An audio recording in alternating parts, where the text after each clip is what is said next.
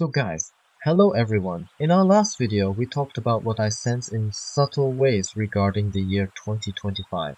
What energetic changes await us, how they might unfold, and how I feel about these processes on the subtle plane. For anyone who hasn't seen that video, it's already on the channel. You can watch it. Today, however, I decided to share something a bit more down to earth, my impressions about upcoming events. I'll be talking about various topics like finances, what kind of new monetary system might be on the horizon, because there's a burning question right now about digital currencies. I want to share how I generally feel about them, why the powers that we want to implement them, as well as what's happening with medicine. After all, we can see Big Pharma in full swing, trying to keep people sick so that everything is set up for permanent illness. It's obviously not done for our health, as we know. And maybe you heard the news that Kennedy has become involved with what's happening in pharma. In the US, a lot of people, including myself, have hopes that he'll reveal the truth behind some things that were hidden. I have a sense he might expose what's really been going on behind closed. Anyways, I recall seeing in subtle visions a man who looked very much like Trump. Back when Trump won against Hillary Clinton, it was well past that victory. Yet it was before the election with Biden. I kept seeing him waiting, and at some point he stood up and left the room, like he was done watching the screen and about to take action, as if the time has come. Then I saw a big stage with a woman performing. She looked like Hillary Clinton, but now I realize it could have symbolized Kamala Harris, a Democratic woman. She was just standing there, and the screen behind her opened up, revealing all kinds of dirt, and people were shocked. All these previously hidden things started coming to light. Real events. Everything began to get exposed, not just some dark energy, but some actual behind-the-scenes conspiracies. People were saying, look at Kamala Harris.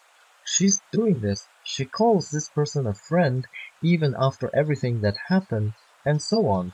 It reminds me that recently, after the video about obsession, we in the Solar Club chat talked about a Hollywood star who said she can't perform on stage unless her alter ego named Sasha takes over. I had initially thought it was a dissociative identity disorder, but seeing the interview, it felt more like an obsession phenomenon, almost like a sold soul scenario. Then, after everything emerged about Diddy and so on, someone told me this star actually wrote a book about Sasha. I was like, whoa, now it all makes sense. And I suspect we'll see more and more stories like that coming out. Stories of fallen stars. Okay, concerning future events, I think we'll see not only Hollywood revelations, but also a big exposure of the medical industry in general. That includes what's happening with Big Pharma. Kennedy might play a role, but there's more going on. Some gossip or paperwork might surface. Secret documents might end up in court. Certain truths will come to light, like experiments done on humanity, cause and effect factors behind diseases. We might finally learn why we get sick. I've heard many alternative voices saying the entire virus theory is a big conspiracy and so on. I'm not claiming viruses don't exist, but it feels to me like it's largely a lab-based phenomenon, like these viruses are part of their plan. Still, I keep hearing on certain alternative channels that they plan to invent miracle medbeds that will supposedly cure us of everything. I get it. People are tired of being sick, so they cling to the idea of these medbeds. But from my subtle sense, I see an equal sign between medbeds and chipping. When I read the subtle plane, I can't help thinking this entire push is from the Dawkins side. They want to introduce these medbeds, remove the human element from medicine altogether. Basically, remove any real medical staff who truly understand the human body. They already manipulate us using knowledge of how our bodies work, how to keep us perpetually sick for profit.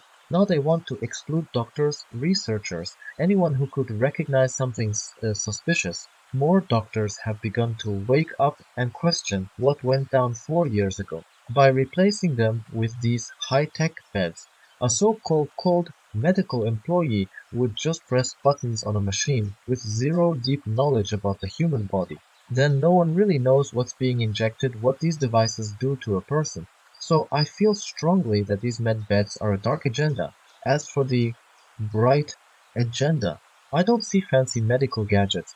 I see medicine evolving to a more holistic level, no more come here and swallow these pills, but a system that addresses cause and effect, that focuses on preventing disease. It might be something like a resort sanatorium approach, aiming to keep people healthy, emphasizing a better lifestyle. That might be the direction things go, if we're lucky. I suspect certain knowledge will remain locked away, hidden from the general public. Some kind of secrets they don't want us all to see, presumably to ensure some manipulative advantage. But eventually I expect the entire orientation of healthcare to shift, with more emphasis on preventing diseases and healing not just physical ills but psychological ones, our entire mindset. See, regarding currency and finances, I sense a similar pattern. Some big shift is coming. Certain old, suppressed technologies might be allowed to flourish, particularly clean energies that harm the earth less. These developments have been blocked by powerful corporations that profit from polluting industries. The people pushing for these new energies may use them as a way to strip the big money players of their resource control. So it's less about saving the planet out of goodness and more about disempowering those who control the market. Still, I'm hopeful that eventually it helps lead us to a more eco-friendly world. Meanwhile, technology, especially computing, will keep advancing. It won't just vanish. But I don't sense that in the brighter timelines it leads to some dystopian Big Brother system.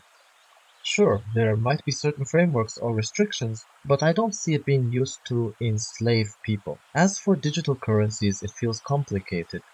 Money might become both digital and physical. Perhaps we'll still have paper currency, but there's also a new digital system. When I try to read it on the subtle plane, I see money tied to something material. Strangely, it's not gold or precious metals, but maybe agricultural productivity or the nation's GDP. Something new is on the horizon. I see a system that measures a country's economic health or efficiency, not just precious metals in reserve. It's like a new standard, some sort of multi-currency, used for mutual settlements between countries. Individuals might be able to access it too. A blockchain-like system could be used to trace every transaction, keeping things transparent and thwarting black market dealings.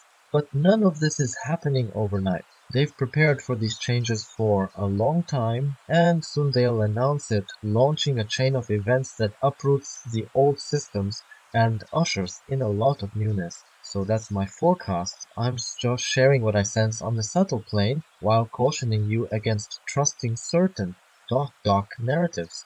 They exploit our wishes and anxieties by promising us shiny solutions. The free cheese is only in the Mousetrap, right? Personally, I've been waiting for 2025 with a mix of hope and trepidation. I'm ready for this bleak darkness to end, for humanity to stop suffering so much. As a deep empath, it's painful to see how the world is manipulated, how people suffer daily and still try to remain positive.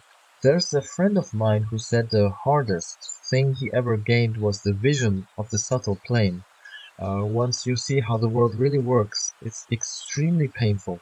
But I truly hope we can leave the worst behind and move forward onto a bright and fresh page. I love you all, Hawks. Don't forget to subscribe to my other resources. Telegram, for instance, where I share interesting news and follow world events I've mentioned, as well as my Boosty channel where I discuss history. And join me in the Solar Club too. I do live streams twice a month and we have a warm chat there for everyone. So that's all for today. Thanks for watching. Please like, subscribe and share my channel. Become a member of my Telegram channel and discuss with like-minded people as a supporting club member.